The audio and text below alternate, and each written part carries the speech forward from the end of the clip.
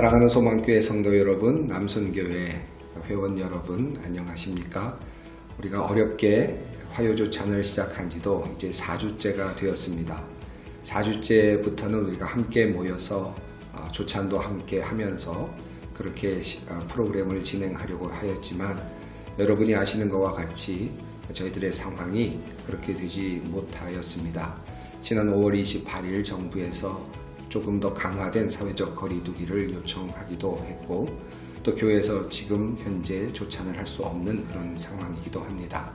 그래서 어쩔 수 없이 우리 온라인으로 화요조찬을 조금 더 지속해야 할 것 같습니다.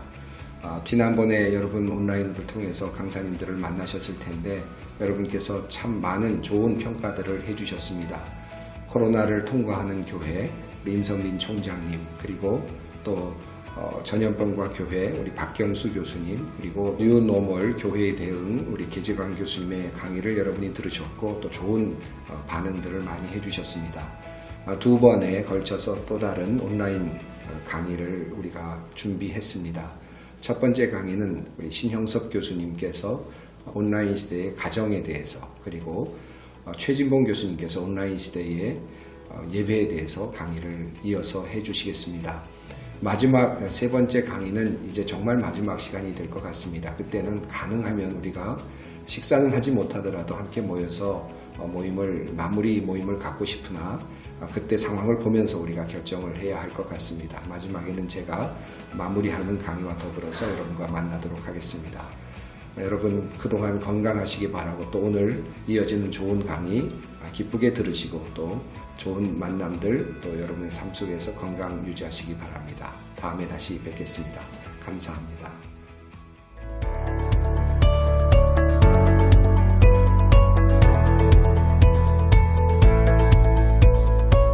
안녕하세요. 장로신학대학교에서 기독교 교육을 가르치고 있는 신형섭 교수입니다. 이 아침 소망교회 남선교 회원분들과 화요조찬 성경 공부로 만나게 되어서 참으로 기쁘고 감사합니다. 저는 오늘 포스트 코로나 시대에 신앙 양육의 도전과 방향이란 제목으로 코로나19로 멈춘 것 같은 이 세상 속에서 여전히 우리 삶을 크신 섭리와 능력으로 이끌어 가시는 하나님의 말씀, 그리고 그 지혜를 함께 나누고자 합니다. 하나님께서 다윗을 통해 새로운 세대를 세우시려고 하실 때 바로 그 다윗 옆에는요, 시세를 알고 이스라엘에 마땅히 향할 것을 아는 우두머리가 200명 있었다고 말씀하십니다. 하나님의 말씀을 주목하는 자 그는 또한 그 하나님이 이 시대를 어떻게 이끌어 가시는가, 하나님께서 이 시대를 이끌어 가시는 시세를 함께 분별하는 리더였다는 것입니다. 이런 관점에서 오늘 우리 함께 포스트 코로나 시대에 우리를 어떤 리더로 부르시고 어떻게 응답해야 될지에 대한 고민을 나누고자 합니다. 먼저는요, 4차 산업혁명이라고 하는 우리 안에 온 새로운 세상, 그리고 그 위에 얹어진 코로나19로 인하여서 우리의 사역 현장이 어떻게 변했는지, 두 번째는 이런 변하는 세상 속에 하나님은 우리 교회 공동체를 어떻게 써오셨는지에 대한 미래 목회 이론이요, 그리고 이러한 관점에서 우리가 주목할 만한 미국 교회 현장들을 잠시 소개하고요, 마지막으로는 포스트 코로나가 도전하는 신앙 양육의 과제와 방향에 대해서 이야기를 나누고자 합니다. 우리는 4차 산업혁명이라고 하는 경험해보지 못했던 새로운 세상을 맞이했습니다. 18세기에 증기기관의 발명으로 1차 산업혁명이 일어났죠. 그리고 19세기에 전기에너지 기반의 대량화 혁명이요. 그리고 20세기에 컴퓨터 기반의 지식정보혁명, 그리고 10년 전 이제는 정보와 기술과 기계가 융합하여 일어나는 4차 산업혁명이 우리에게 다가왔습니다. 산업혁명이라 하면 말 그대로 기술이 혁신되고 이에 수반하여 일어나는 사회와 경제 구조의 변혁입니다. 다른 세상이 되었다는 얘기인 거죠. 그러한 세상의 변화를 우리는 지금 경험하고 있습니다. 4차 산업혁명, 2016년도 세계경제 다보스 포럼에서 나왔던 중요한 개념이죠. 그러나 사실 이 단어는요, 벌써 2012년도에 독일에서는 인더스트리 4.0이라는 이름으로, 미국에서는 2015년도에 디지털 트랜스포메이션이라는 개념으로 일본에서는 2016년 소사이티 5.0이라고 하는 개념으로 이미 선진국들이 이 시대가 어떻게 변해가고 있는가를 예측하고 또 준비하기 위해서 연구한 결과입니다. 이렇게 정의가 되죠. 인공지능, 사물인터넷, 빅데이터 등 첨단 정보통신 기술이 기존 산업에 연결되어서요. 경제, 사회 전반에 혁신적인 변화가 나타나는 차세대 산업혁명입니다. 3차 산업혁명이 한 사람이 컴퓨터를 조작함으로 세상을 이끌어갔다면 이제는 인공지능이 빅데이터의 자료를 기반으로 동시다발적으로 기계와 물건을 빠르게 통제하고 생산하는 시대가 된 것입니다. 세계경제포럼 창립자인 클라우드 슈밥이 이런 얘기를 했습니다.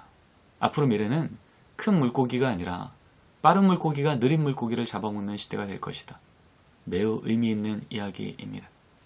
이런 변화는 우리 삶 속의 경제 영역에서 가장 빠르게 드러난 것 같습니다. 2007년도 말하자면 3차 산업혁명의 끝자락에 있었던 이 시대만 해도요. 세계 시가총액 10대 기업 중에 한 개 기업만이 디지털 자산으로 운영되었던 회사입니다. 나머지는 모두 물리적 자산을 가지고 운영했던 회사죠. 그런데 4차 산업혁명이 일어난 뒤 2017년도 딱 10년 만에 10대 기업 중에 7개 기업이 디지털 자산으로 바뀝니다. 1년 뒤에는 8개 기업이요. 그전에는 500위 안에도 들지 못했었던 페이스북, 알리바바, 텐센트 이런 회사들이 불과 10년 만에 세계 시가총액 10대 기업 안에 들어와 더 빠르게 성장하고 있습니다. 이런 변화는요. 이제 제조업의 변화, 문화의 변화, 의료의 변화, 교육의 변화, 종교까지도 이제 큰 변화에 영향을 주고 있습니다. 말 그대로 삶 전반에 일어난 변혁이 되지요. 이 그림에서 보시는 것처럼요. 티핑 포인트, 우리 삶의 전 영역에 티핑 포인트가 일어나는 변화들을 예측한 겁니다. 제조 영역이요, 과학 영역이요, 교육의 영역이요, 통신의 영역이요. 그러면서 우리의 삶의 전반이 이제 바뀌는 시대가 되고 있습니다. 이런 변화는 의료계에서도 이미 우리는 들어봐서 알죠. AI 의사 왓슨이 이제 역량을 발휘하기 시작합니다. 생체 정보 2억 명 이상을 기억하고요. 의료 이미지 300억 장 이상을 기억하며 일주에 8억 페이지를 암기하여 지금 어떻게 이 상황의 병을 진단하고 빠르게 대처할 수 있는지를 판단합니다. 골드만삭스 세계적인 금융회사를 봐도요. 벌써 몇 년 전에 주식 매매 트레이더 간부급 해당되어지는 이 분들 550명을 AI 기계 2대가 대체하는 세상이 되었습니다. 국내 은행만 해도 수년 전에 500여 개 오프라인 시스템이 사라졌고요. 우리도 이제는 많은 부분의 금융의 작업들을 손에 있는 핸드폰으로 대체하기 시작했습니다. 넷플릭스 말할 것도 없고요. 저는 이번 학기 수업을 모두 줌으로 하고 있습니다. 그리고 또 컨퍼런스 같은 경우는 저 미국에서 하고 있는 컨퍼런스를 지금 제 연구실에서 줌을 통하여 실시간으로 토의하고 또 참여하고 있습니다. 아마존이요. 클릭 하나면 지구 저 반대편에 있는 그 매장에 있는 물건을 저희 집 앞에까지 가장 빠르게 가장 저렴한 가격으로 구입하기도 합니다.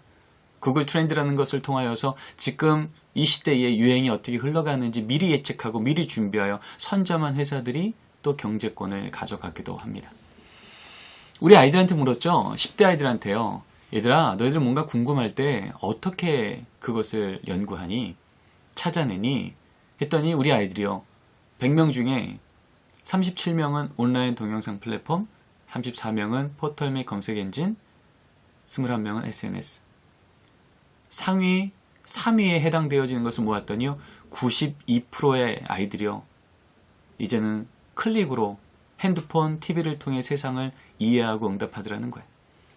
예전에 우리 부모 세대들은요. 궁금하면 뭔가 연구하려면 백과사전 열었다고요. 더 연구하려면 국회 도서관 갔다고요. 그러나 이제 이 시대는 그렇지 않은 거예요.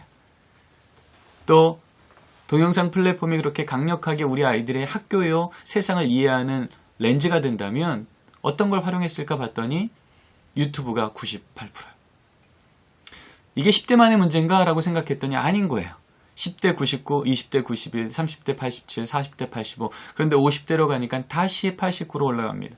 이것은 한 세대의 문제가 아니라 전 세대 지금 이 시대가 바뀌어가는 거예요. 세상을 해석하고 세상을 이해하고 세상의 가치를 내가 판단하는 그 통로 가운데 이제 디지털 플랫폼이라고 하는 이 새로운 길이 열린 거죠. 여기 흥미로운 조사가 있습니다. 중국 베이징에요. 1000년 된 절이 있습니다. 근데 이 절에 여러분 화면에서 보시는 것처럼 어찌 보면 좀 우스꽝스러운 저 로봇으로 만들어진 스님이 발명됐어요. 과연 저 스님은 뭘 할까 보았더니요. 인공지능을 통하여서 오늘 하루 동안에 중국 사람들이 어떤 것에 관심 갖고 어떤 것을 클릭하고 어떤 것을 연구했는가를 다 모아서요. 그 빅데이터를 기반으로 불경 가운데 고어로 되어서 사람들이 잘 듣지 못했던 그 말 중에 지금 사람들이 궁금해하는 그 주제에 대해서 나름 불교적인 지식을 전할 수 있는 그 구절 하나를 꺼내옵니다. 쉬운 현대어로 바꿉니다. 그래서 포스팅을 합니다.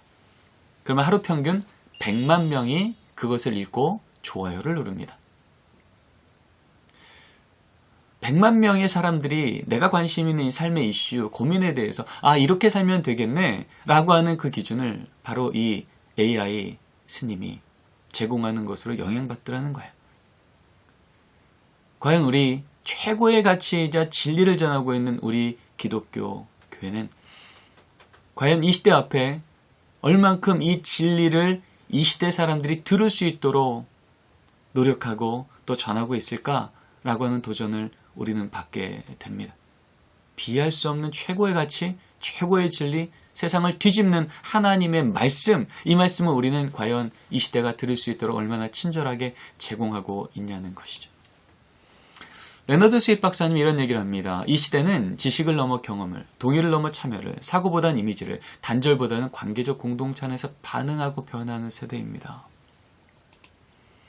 하워드 가드너요.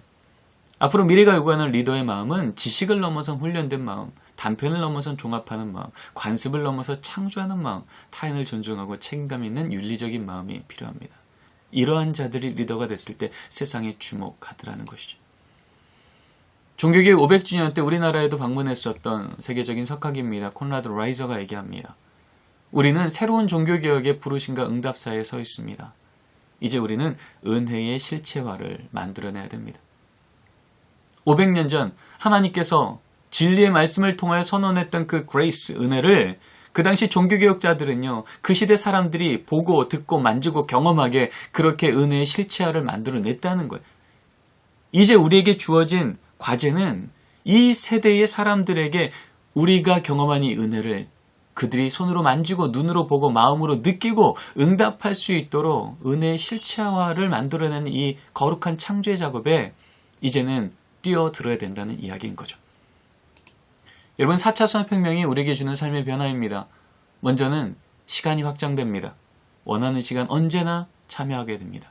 장소가 확장됐어요? 제한된 장소가 아닙니다. 어디서든 참여할 수 있습니다. 초개인화가 됐습니다. 동일화된 표준화의 지식과 자료를 제공하는 것을 멈추지 않고 나에게 필요한 개인화된 지식과 자료가 맞춤으로 제공되어집니다. 초지능화죠. 변화된 상황이 와야만 변화가 아니고요. 변화된 상황을 예측해서 변화합니다. 초연결합니다. 물적 재산의 소유와 크기로 영향을 끼치는 게 아니라 이 시대가 주목할 만한 그 가치를, 매력적인 가치를 소유하고 얼만큼 공유하는 능력이 있는가, 바로 그것이 이 시대가 주목하고 있는 변화입니다. 이런 관점에서 우리를 한번 볼까요? 우리는 나름 이 디지털 플랫폼에 대해서 자부심을 갖고 있는 것 같아요. 왜냐하면 최고 인터넷 점유율이죠. 그리고 세계 최초 5G를 상용한 나라입니다.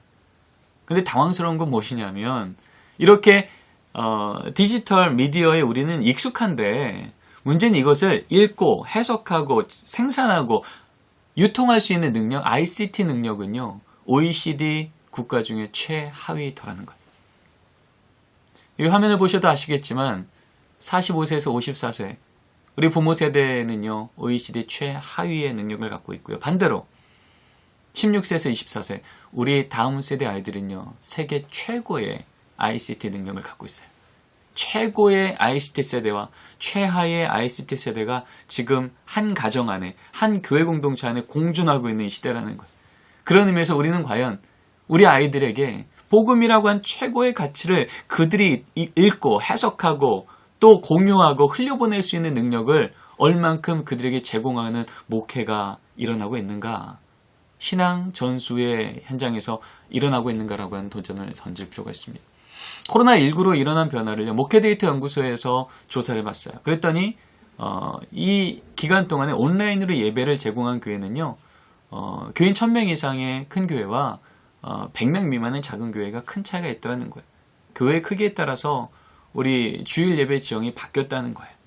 그런 의미에서 우리 소망교회는 마땅히 온라인 예배가 제공이 됐죠. 이런 상황에서 지난 주일 예배 드리셨습니까? 라는 질문을 던진 거예요.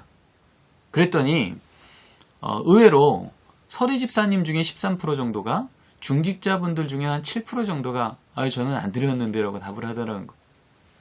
궁금한 거죠. 왜 안 드리셨을까? 라고 질문했더니요, 너무 당혹스러운 답이 나왔습니다. 중직자 중에는 44.4%, 서리 집사 중에는 48.6%.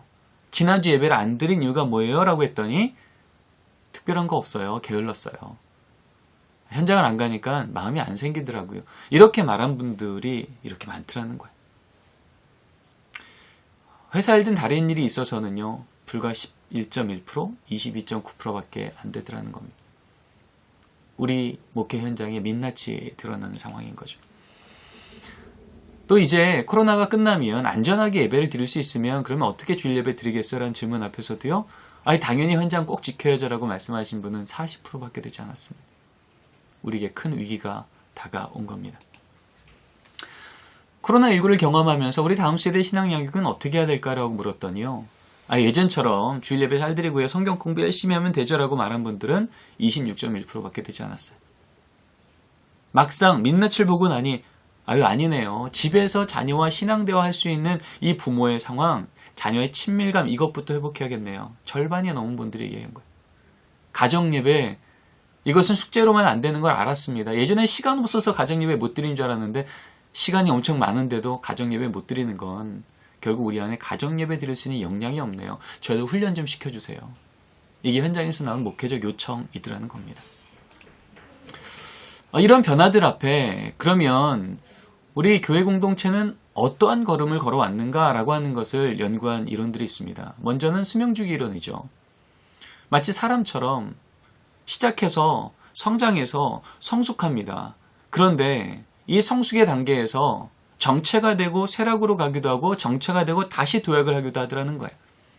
근데 많은 경우에는 이렇게 성장한 뒤에 점점점 쇠락하는 것이 우리가 보는 현상이더라는 겁니다. 그런 의미에서 롤랜드 벌저가 이런 얘기를 합니다. 인간 수명주기 이론에서 쇠퇴는 불가합니다. 그러나 조직 수명주기에서 쇠퇴는 피할 수 없는 필연이 아니고요, 발생할 수 있는 가능성이라는 거예요. 그래서 사실은 세스 고든이라고 하는 경제 분석학자죠. 이 학자가 현장을 보니까 이런 거예요. A라고 하는 지점에서 이제 성장합니다. B까지 올라갑니다. 역량을 다 해서 한번 갔더니 B까지 갔어요. 문제는요, B까지 갔는데 예전처럼 하던 대로 하는데 이젠 쇠락하더라는 겁니다. 왜냐하면 처음 시작할 때와 정점에 이르렀을 때 세상이 바뀌었거든요. 같은 전략이 더 이상 통하지 않더라는 거예요. 그때 예전처럼 열심히 해봐야지라고 하지만 그들은 이제 고점을 지나서 B로 내려가고 나중에 C까지 바닥을 치는 일을 경험하더라는 거예요. 그때 더 내려가지 않고 이 C 지점이 다시 한번 변곡점이 될 수 있는 기회는요, 이제는 예전처럼 하던 대로 하는 것을 반복하는 것에 애쓰는 게 아니라 그럼 이 시대에, 변화된 시대에 우리가 어떤 새로운 혁신적인 전략을 찾아야 될까 고민하고 시도해 보더라는 거예요. 그러다가 그 시도가 현장에 작동되기 시작하면 이제 다시 성장으로 올라가는데 예전의 중간 고점을 넘어서 진짜 최고점까지 올라가더라는 겁니다.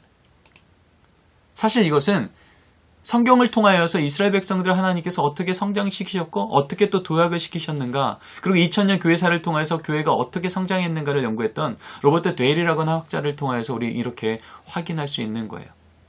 하나님이 비전을 주시죠. 그래서 그 그 공동체는 이제 성장합니다. belief, 믿음이 생기고요. goal, 목적이 공유가 되고요. structure, 그래서 그들 안에 조직이 구성됩니다. 그래서 ministry, 그 조직으로 최대한의 하나님의 역사가 일어나게 돼요. 근데 문제는요. 그렇게 하나님께서 이들을 통해서 주신 꿈 갖고 걸어와서 정점까지 갔는데 그 정점이 계속 도약하기도 하지만 똑같이 쇠락하기도 하더라는 거예요. 노스텔지아, 옛날엔 참 좋았는데 향수를 집중하기도 하고요. 폴라라이제이션, 이제 양극화가 생기고요. 나중엔 drop out, 교회도 쇠락하고 없어지기도 하더라는 거예요. 그러면 이 변곡점은 어디서 바뀔까? 이 미니스트리라고 하는 정점에서 다시 향수로 내려가기도 하고 아니면은 제도약을 가기도 하는데 과연 거기에는 어떠한 결정적인 변수가 있었을까를 연구한 거예요. 그랬더니 이 책의 제목처럼요. Dream Again. 다시 하나님이 주시는 꿈이 그들 가운데 보여지면 쇠락의 길이 아니라 제도약의 걸음을 가더라는 겁니다. 이사야 43장이요. 남유다가 망해서 바닥칠 때 그때 하나님이요. 그들의 상황을 얘기하지 않으셨고요. 그들을 향한 새로운 꿈을 선포하셨어요. 보라, 내가 새 일을 행하겠다. 2000년 전 교회가 새로 시작될 때요. 초대교회요. 그때 거기에는 교회 건물도 없었습니다. 교회 구조도 없었습니다. 그러나 그들에게 있었던 건요. 새로운 꿈이었어요. 자녀들을 예언할 것이고 청년들은 환상을 보고 늙은이들은 꿈을 꾸리라. 하나님이 주신 새로운 꿈이 그들 가운데 있었을 때 신앙 경업 공동체는 예배 공동체가 되어 새롭게 사명 공동체로 성장하더라는 거죠. 핵심은요. 결국은 이 변화되는 세대 가운데 이제 우리가 다시 한번 혁신으로 도약할 수 있는 그 길의 시작은 새로운 꿈이 그들에게 공유되는 일, 본질이 강화되는 겁니다. 그런 의미에서 이러한 걸음을 갔었던 우리보다 조금 이 걸음을 먼저 갔었던 교회 몇 교회를 좀 같이 돌아보기로 합니다. 인디애나주에 있는 그레인저 커뮤니티 처치입니다. 이 교회는요. 성장하다가 멈추었습니다. 멈춘 가운데 그들이 다시 한번 쇠락이 가지 않고 도약으로 갔었던 그 계기가 무엇인가를 봤더니 그들은요. 담임 목사님이 새로운 하나님이 주시는 그 시점의 꿈을 하나님 안에서 분별하고 리더들과 공유하고 전 교인과 나누기 시작했습니다. 그래서 이것을 선포했죠. 우리는 하나님과 떨어져 있는 사람들에게 예수님을 다시 소개하고 예수님께 발을 옮길 수 있다면 뭐든지 할 겁니다. 이 본질에 해당되는 하나님이 주신 새로운 꿈이 이제 회중 가운데 선포되니까 어떤 일이 일어날까요? 이제는 이 본질 때문에 예전엔 안 하던 혁신이 시작이 됩니다. 예전의 교구는요. 동네 사람들, 그 지역에 사는 우리 교인들을 중심으로 모였어요. 그래서 일주일 중에 그 시간에 그 장소에 못 오면 아무리 내가 이 주중에 소그룹에 참여하고 싶어도 못했어요. 그런데 어떻게든 예수님께 가까이 가려면 우리 뭐든지 할 겁니다라고 하는 본질을 분명히 하니까 혁신이 생긴 거예요. 언제, 어디서든, 어떻게든 신앙소그룹에 참여할 수 있도록 환경이 바뀐 겁니다. 예를 들면 화요일 저녁 7시에 여성 대상의 회중분들 이 장소에 오실 수 있으면 오세요. 소그룹 제공됩니다. 주일 오후 2시에 우리 결혼한 커플들이요. 이 장소로 오세요. 그러면은 여러분 소그룹 참여합니다. 청년들 중에 화요일날 저녁 6시 반 시간 1시간만 낼 수 있어요. 이 장소에 오세요. 그러면 소그룹 제공됩니다. 언제 어디서든 어떻게든 그들이 하나님 안에서 들은 말씀을 반추하고 참여할 수 있는 소그룹의 장소들을 넓혀놓은 거예요. 이젠 더 이상 168시간 중에 1시간 교회 학교에 맡기는 것으로 신앙을 전수하는 게 너무 어렵다는 걸 이젠 다 인정했죠. 그런 것 앞에 어떻게든 가정에서도 신앙 전수할 수 있게 어떻게 할까라고 고민했더니 이제는 어떤 일이 일어나냐 예전에 안 하던 거예요. 주일날 선포된 말씀을요. 전도사님 목사님이요. 그 부서 설교를 3분으로 압축해서 그 교회 홈페이지에 올립니다. 그리고 각 가정의 부모님들께 부탁하는 거예요. 일주일에 딱 30분만 시간 내세요. 3분만 들으면 이번 주에 우리 아이가 어떤 설교 들었는지 내용을 알 수 있고요. 그리고 여기 밑에 어떻게 부모님과 자녀와 대화할 수 있을지 연령별로 자녀 대화의 팁을 그리고 오늘 이 내용을 갖고 나누게 될 질문들 2-3가지를 매주 올려드릴게요. 일주일 중에 30분만 시간 내세요. 그러면 집에서 이런 신앙 전수가 계속 흘러갈 수 있을 겁니다. 핑계대지 못하게 이제는 사역의 현장들을 혁신적으로 넓혀놓는 일이 생긴 거죠. 라이프 다 처치요. 가장 주목받는 교회, 가장 혁신적인 교회, 대표적인 교회입니다. 이 교회는요. 그 역사를 보면 96년도에 개척해서 지금 4번의 위기를 경험했어요. 근데 이 네 번의 위기가 이들에겐 네 번의 부흥의 경험이 되었어요. 무엇이었을까? 그들은 네 번의 위기가 올 때마다 본질을 집중했더라고요. 그들이 집중한 본질은 바로 이겁니다. 예수님의 헌신된 제자로 살게 돕기 위해서 우리는 할 수 있는 건 모든 걸 다 할 거예요. 이게 크레이크 그레셜 목사님께서 위기 때마다 다시금 리더들과 고백하며 점검했던 기준이에요. 그랬더니 어떤 일이 생겼느냐? 개척해서 예배 건물이 공간이 부족하는 이 위기 가운데 그들은 또 공간을 만들기보다는 우리가 활용할 수 있는 공간을 통해서 5곳의 예배 초소를 세우게 됩니다. 건물을 세운 게 아니고요. 비어있는 건물을 렌탈을 하는 거죠. 그래서 멀티사이트 교회가 시작이 되었어요. 그러고 나서 또 한 번 위기가 옵니다. 이것은 이 담임 목사님이요. 바쁘게 목회를 하다 보니까 넷째 자녀가 출산하는 주일 새벽 도대체 설교할 수 없는 상황이 된 거예요. 그래서 그날 하루만 이 영상 설교를 한번 돌려주세요. 저의 상황을 우리 교인들하고 나눠주시고요. 토요일날 영상을 찍어서 주일날 그것으로 예배 시간에 틀었던 거예요. 그랬더니 그 현장 가운데서 나오는 반응은요. 예전에 목사님이 5군데를 순회해서 예배했던 그것으로 한 번밖에 못 드렸는데 이제는 이 장소에서 더 많은 사람이 오고 더 많은 예배가 가능하겠네요. 2번, 3번도 가능하겠네요. 그러면서 미국 최초로 영상 설교 예배가 시작됩니다. 그래도 한 번의 위기가 오죠. 영상 설교 우리 참여해봐서 알죠. 영상 예배요. 참 좋긴 하지만 점점 수동적으로 되어갑니다. 예배가 역동성을 잃어갑니다. 그럴 때 이 위기 가운데서 다시 한번 혁신이 일어나죠. 어떻게든 예수님의 제자가 되기 위해서 노력하려면 예배가 어떻게 바뀌어야 될까? 상호소통 예배가 시작되기 시작했어요. 상호소통 양육이 온라인으로 제공되기 시작합니다. 그러면서 엄청난 변화가 일어나게 되죠. 결국 이 교회도 변화의 중심은 먼저는 비전의 공유, 본질에 강하고 두 번째는 이 본질을 어떻게든 구현화시키려고 고민할 때 나오는 혁신이었다는 것입니다. 여러분 자동차가 얼라인먼이 안 됐을 때 일어나는 현상 아시죠? 열심히 달리지만 쏠려요. 마모가 돼요. 그리고 피곤해져요. 그러나 얼라인먼만 제대로 되면 훨씬 더 효율적으로 힘있게 달려갈 수 있는 겁니다. 이 본질이 분명하게 공유되기 시작하면 이제 그 위에 혁신적 사고가 가능한데요. 여러분 우리 알고 있죠? 500년 전에 루터가 그 복음이라고 하는 그 본질을 이제 세상 가운데 어떻게 흘려보낼까라고 고민할 때 그 당시에 인쇄기가 발명됩니다. 인쇄기라고 하는 이 가치 중립적인 이 기계 위에 이 복음이라는 것을 얹으니까요. 혁신이 일어난 거예요. 유럽에 순식간에 이 복음이 흘러가게 되는 통로가 된 겁니다. 찰스 웨슬리, 감리교를 창시한 이 찰스 웨슬리가요. 본인의 교회로부터 쫓겨나는 일이 생겨났어요. 이유는 그거예요. 아니 거룩한 복음을 길거리에서 전하는 게 말이 되느냐. 그 당시 한 번도 하지 않았던 이 걸음을 걸었는데 그 당시에 교회가 그걸 문제 삼았던 거죠. 그때 웨슬리가 외칩니다. 나는 본질에 주목하니 길거리건 교회 아니건 이게 중요한 게 아니더라. 그러니 나는 이제 아예 노방전도를 하겠다. 그러면서 이것이 바로 가장 큰 위기 앞에서 찰스 웨슬리는 야외 복음 집회의 시작을 열게 됩니다. 여러분 성전 민문 앞에 베드로요. 정말 주머니에 은가금이 가득했으면 그렇게 엎드려서 구걸하는 성전 민문 앞에 앉은 뱅이에게 은가금은 없지만 나사렛 예수 이름으로 일어나 걸으란 말을 할 수 있었을까? 저는 거기에 한번 생각해 볼 문제가 있는 거예요. 우리의 제한이 도리어 하나님께서 혁신적으로 일하시는 바로 그 디딤돌이 되진 않을까? 이것이 라이프다 처치가 고민했던 걸음이었죠. 그래서 어떻게든 24시간 우리 회중들이 복음에 대해서 신앙 양육에 대해서 참여할 수 있도록 해줘야 될 텐데 고민하다 보니까 좋은 컨텐츠를 그들의 홈페이지에 올려야 되는 거예요. 클릭만 하면 당장 내가 들을 수 있는 교육들이 있어야 되는 거예요. 문제는요.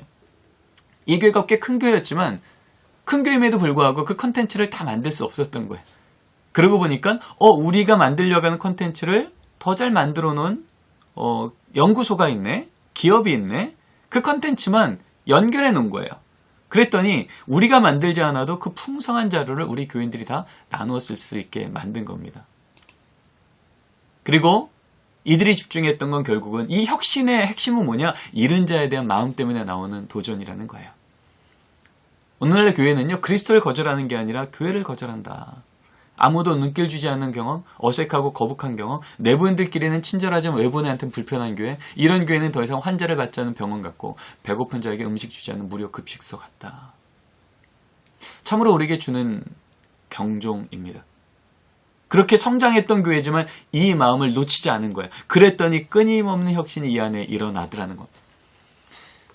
여기 주일 설교가 이제 영상으로 이렇게 나갑니다. 화면에 보시면 아시겠지만 매일 이 예배가 시간 단위로 제공됩니다. 그래서 설교만 듣는 게 아니라 내가 결단만 하면 예배 시작부터 끝까지를 다 참여할 수 있는 것을 주중에도 계속 제공하고요. 그리고 이 예배 시간 이 끝에 보면 인바이트라고요. 여기 하늘색 표시가 되어 있죠. 이 말씀, 이 예배, 내 친구, 요 사람이 좀 들으면 좋겠는데 그 친구의 전화번호 혹은 이메일을 시간을 정해서 넣어놓으면요. 그대로 이 예배 실황이 그 친구 핸드폰 안으로 들어옵니다. 그 시간에 예배에 참여할 수 있는 아주 친절한 상황이 열립니다. 교회 문턱까지 넘기가 쉽지 않지만 아직 교회 오지 않아도 복음을 먼저 들을 수 있는 기회를 주는 거죠. 마치 예수님께서요. 삭개오를 만나기 전에 누가복음 19장에 만나기 전에 성경에 보면 모든 세례가 나와 예수님과 함께 음식을 먹었다. 이런 표현이 있잖아요. 예수님은 1대1의 육체적인 만남의 이 사건 이전에 이 복음을 들을 수 있는 환경들을 제공하는 목회를 하셨다는 거죠. 그래서 이렇게 예배 드릴 때 그냥 예배가 아니고요. 여러분 왼편에 보시면 아시겠지만 아직 교회 문턱을 넘지 않은 그들이 말씀 들으면서 생겨나는 질문들을 채팅할 수도 있어요. 또 설교 노트를 만들 수도 있어요. 또 공유할 수도 있고요. 그 다음에 여기 보면 쉬운 성경, 어려운 성경, 다양한 성경을 또 말씀 들으면서 확인도 할 수 있어요. 그리고 말씀 듣고 나니 아직 교회는 오지 않았지만 저 교회에 등록하고 싶어요. 저 그런 부분에 성경 공부하고 싶어요. 교회와 긴밀하게 연결되는 목회가 가능하다는 겁니다. 그리고 예전에는 교구 목사님하고 시간 정하고 장소 정해야만 우리 상황을 내어놓고 목양을 받았지만 여기요. 라이브 프레어요. 실시간으로 나의 기도 제목을 올리고 긴급한 기도, 중보 기도 제목을 올리면 바로 그 담당 목사님에게 들어와서 바로바로 중보 기도도 목양도 받을 수 있는 환경을 만들더라는 잃은 자에 대한 마음이 있으니 혁신이 가능해졌다는 겁니다. 세대백 교회요.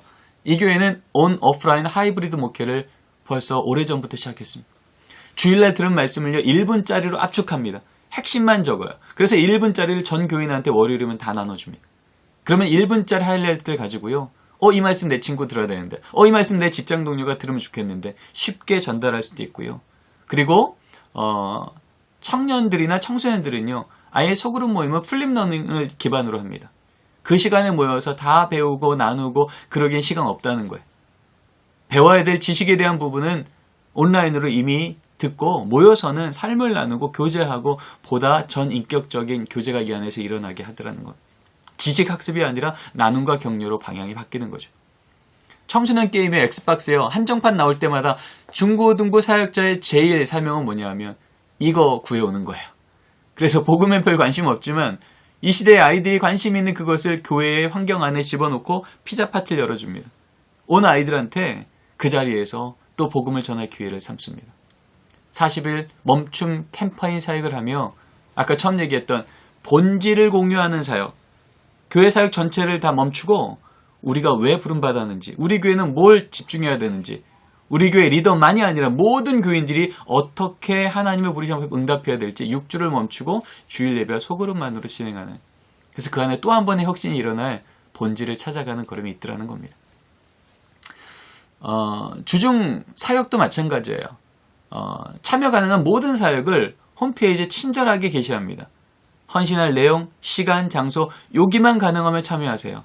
그리고 그 참여하기 위한 온라인 신청도요 그대로 오픈되어 있고요. 그리고 그것을 참여하기 위한 기본적인 양육도요 이미 온라인상으로 받을 수 있어요. 모여서는 트레이닝만 받으면 되는 아주 온오프라인이 효율적으로 목적을 위한 환경들이 제공되더라는 겁니다. 자, 그런 차원에서 지금 우리가 처해 있는 한국교회는 어떨까? 지형을 확인해야 이제는 우리 지형이 이 위에 있는 우리 소망교회가 어떤 혁신적인 걸음을 갈 수 있을지에 대한 그림을 보이겠죠. 한국교회는 여전히 말씀에 대해서 예배에 대해 열심히 있어요. 부흥시대를 경험한 부모 세대가 있어요. 헌신된 목회자 교인이 있어요. 그런 약점도 있죠. 변화에 대해서 여전히 두려워해요. 교회학교 위탁 위주예요. 교회 중심적 목회 한계가 여전히 있습니다. 하지만 포스트 코로나 이 시대 앞에 우리에게 주어진 기회도 생겼어요. 시간과 공간을 뛰어넘는 온라인 현장을 우린 이미 경험했고요. 그리고 고령화 시대에 역량 있는 믿음의 성인 세대가 우리 교회에는 있습니다. 사회적으로 가정에 대해서 얼마나 중요한지를 인식하고 있어요. 인간의 고유한 영역인 창의, 융합, 혁신에 대한 부분들이 이젠 기회로 넓혀졌어요. 그리고 공동체의식과 연대의식이 강화된 것이 지금 코로나19의 우리의 상황이에요. 위기도 여전히 있죠. 인구 절벽이에요. 세속화예요. 탈종교화예요. 이단 사입이 신뢰감 하락, 신앙 전수가 쇠락하는 것이 우리 한계입니다. 자, 그러면 이런 상황 앞에 우리 소망교회는 어떠한 걸음을 가야 될까라고 할 때 우리 얘기 나눈 것처럼 이때에 우리가 다시 도약할 것인가 아니면 멈출 것인가에 대한 그 중심에는 먼저는 본질이 있습니다. 하나님께서 우리 소망교회에 주신 비전이 무엇인지가 명확히 공유돼야 되는 것입니다. 그리고 공유된 그 비전이 분명해지면 이제는요, 그것을 이루기 위해 지금 우리가 해왔던 것들이 효율적일까? 새로운 걸음이 어떤 게 시도돼야 될까? 혁신적인 시도가 이제는 우리 안에 가능해지는 거예요. 정해진 시간에 가야만 했던 것이 원하는 시간 언제나 복음을 듣게 해줘야 돼요. 정해진 장소에 가야만 됐는데 아니요, 이제는 어디서나 복음을 듣게 해줘야 돼요. 표준화된 양육과 실천만 제공되는데 아니요, 이제는 영적 수준에 따른 양육과 실천으로 확장돼야 돼요. 지식 전수형으로 학습 공동체였다면 이제는 현장 연계형으로 양육 공동체가 돼야 되고요. 헌신된 소수로 인도되었던 경향성이 있었다면 전 회중이 참여하는 사역으로 확장되어지는 것으로 우리가 고민할 때 혁신은 발견되어지는 거죠. 그래서 저는 제안합니다. 이제는요, 오프라인 목회로 갈 건가 온라인 목회로 갈 건가의 선택의 문제가 아니라 이제는 온라인 미니스트리로 가야 되는 거죠. 오프라인과 온라인이 하나님 부르신 그 목적, 하나님 나라 구현, 그 본질을 강화시키기 위해서 이제는 융합되어서 하이브리드 되어야 되는 거예요. 온라인 목회의 강점이 있죠. 초연결화예요. 초지능화예요. 초현실화예요. 초응답화예요. 이것이 이제는 오프라인 목회와 함께 연결될 때 이제는 모였을 때마다 전인적인 만남의 공동의 이야기가 만들어지고 공동체적 기억이 공동의 사건을 만들고 공동체적 예전이 공동의 의례의 공동체를 만들고 그래서 그렇게 모인 자들이 공동체적 결단과 참여를 통하여서 강력한 사명 공동체가 되어져 가는 겁니다. 이렇게도 정리할 수 있을 것 같아요. 본질이요, 공유된 사명과 구체적인 비전이 모든 회중과 공유되어지는 겁니다. 그렇게 됐을 때 모든 소망교회 회중이 이제는 바로 하나님께서 부르신 그 본질에 참여할 수 있는 이제 혁신적인 걸음들에 참여하는 거예요. 그를 위해서 먼저는요, 매력적이고 사명이 발견된 양육 컨텐츠가 이제 세워져야 됩니다. 물론 지금까지 소망교회는요, 너무나 좋은 컨텐츠를 계속 만들어 왔어요. 저는 그 부분이 더 개발되어야 된다고 생각하고요. 그 위에 이제는 그 컨텐츠를 언제든 어디서나 참여할 수 있도록 친절한 오프라인, 온라인 플랫폼이 이제 함께 제공되어야 됩니다. 그리고 세 번째는 그러한 온오프라인의 컨텐츠와 플랫폼을 통하여 참여적인 소그룹 공동체가 강화되어야 되고요. 그리고 이 공동체는 교회 전체와 네트워킹 되어서 지금 우리 공동체만이 아니라 저 공동체에서 어떤 일이 일어나는지를 공유할 수 있는 환경들이 되어야 됩니다. 그때 하나님 나라는 소망교회를 통해서 비전의 현자로 이루어지게 됩니다. 이런 관점에서 우리 현장을 보면 이런 과제들이 있죠. 선교는, 캠프는, 교제는, 가난교회는, 또 주일 예배는, 신천지 대응은, 전도는, 교구 목회는, 지역사회는, 재난위기 대응 매뉴얼은 어떻게 할 것인가. 여러분 특별히 이번에 코로나19로 인하여서 현장에서 나왔던 얘기요. 가정 안에서 우리 아이들과 신앙 전수할 수 있도록 좀 도와주십시오. 이것을 우리에게 좀 훈련시켜 주세요라는 니드 앞에 여러분 그것의 대표적인 정기적이고 이 가정의 신앙 전수의 현장은 결국 가정 예배입니다. 2000년 교회사가 말하고 있어요. 다음 세대가 강력하게 일어날 때마다 거기에는요 가정 예배가 늘 강화되었던 거예요. 종교개혁 때 마틴 루터죠. 존 켈빈도요. 가정 예배는 반드시 드리라고 이것은 선택사항이 아니라 순종사항이라고. 청교도 시대 때는 아예요. 가정 예배 안 드리면 노예와 총회에서 7위까지 했던 시대입니다. 여러분이 가정 예배를 드리는 것 그것은요 동의만 갖고 되지 않아요. 훈련받아야 돼요. 그래서 가정 예배를 어떻게 드릴 수 있을까? 우리 다음 세대 부서에서는 우리 부모님들을 끊임없이 영양교육을 시켜주고 또 성인 목회에서는 교구에서는 그렇게 하고 있는 환경들을 격려하고 지원할 수 있는 환경들을 제공하는 목회들이 우리에게 필요합니다. 리고렌 목사님이 얘기했죠. Not going back to normal, but going into a new normal. 우리는 코로나 이전으로 돌아가려고 애쓰지 않을 거예요. 우리는 코로나라고 하는 이 상황을 앞에서 하나님께서 새롭게 하시는 이 시대 앞에 우리는 더 적극적으로 응답할 겁니다. 결국은 본질적 사명을 이루기 위해서 우리는 혁신의 걸음을 안 걸을 수 없다는 거예요. 새 포도주는 새 부대에 담아야 됩니다. 홍해를 건넜던 부모 세대와 요단강을 건넜던 자녀 세대가 다른 양식으로 살았어요. 광야에서 만나 메추라기를 먹던 부모 세대의 삶의 양식과 가나안 땅에서 추수와 경작으로 살아갔던 다음 세대의 삶의 양식은 달랐다고요. 은혜 받았던 예전의 양식과 통로를 붙드는 것이 아닌 은혜를 주셨던 하나님을 주목하게 될 때 이제 우리는 이 시대에 새롭게 일하실 하나님 앞에서 이제는 사명 공동체로 거듭날 수 있는 거예요. 이전에 하던 대로를 집중하는 게 아니고요.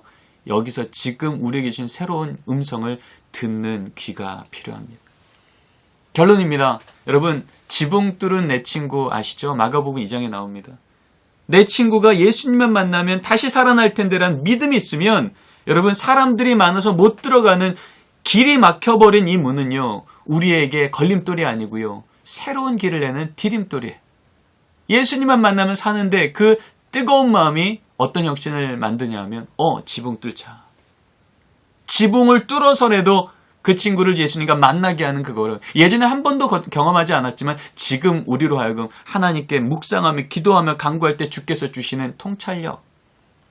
우리 한계가 있습니까? 믿음의 걸음을 걸어내십시오. 그 혁신의 믿음의 걸음에서 하나님의 임계점이 일어날 것입니다. 베드로서 1장 3절 말씀 얘기합니다. 그의 신기한 능력으로 생명과 경건에 속한 모든 것을 우리에게 주셨으니. 여러분, 우리가 하나님의 부르심 받아서 사역을 감당하게 하려면요, 하나님은요, 우리에게 신기한 능력으로 모든 걸 공급해 주신다는 거예요. 상황이 안 돼서 못하는 게 아니라 그 상황을 뒤집으시는 하나님이 신기한 능력으로 우리에게 그 일 되게 하신다는 겁니다. 여러분, 마치 지금 골리앗 앞에 선 다윗처럼 여러분, 이 시대가 우리 한국교회가 너무나 큰 위기 앞에 서 있어요. 이제는 재정도 상황도 만남도 언컨택트 시대 앞에서 어떻게 할 바를 모르는 것 같아요. 그러나 그때 본질을 다시 기억합시다. 하나님이 왜 나를 이곳에 세우셨는가? 작은 다윗과 같은 나를 왜 골리앗이라고 하는 이길 수 없을 것 같이 보이는, 넘을 수 없을 것 같이 보이는 이 당황스러운 상황 앞에 서게 하셨을까?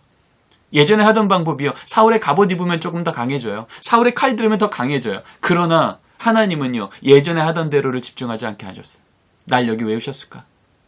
하나님이 분명히 저 골리앗보다 크다면, 그 본질이 내 안에 살아있다면 예전에 안 하던 방법을 하나님이 쓰게 하시지 않으실까? 그 묵상 가운데 하나님은요, 하나님이 내 안에 살아계시면 작은 돌멩이로도 골리앗은 쓰러지네. 이걸 선포하게 하신 거예요.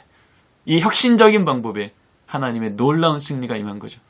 여러분, 오늘 이 강의를 들으신 모든 소망교회 남선교회 리더분들, 여러분, 이 시대 가운데 하나님 주시는 우리를 부르신 본질, 그 본질 때문에 걷게 하는 혁신의 걸음, 오프라인과 온라인이 만나서 새롭게 일어난 온라인 미니스트리.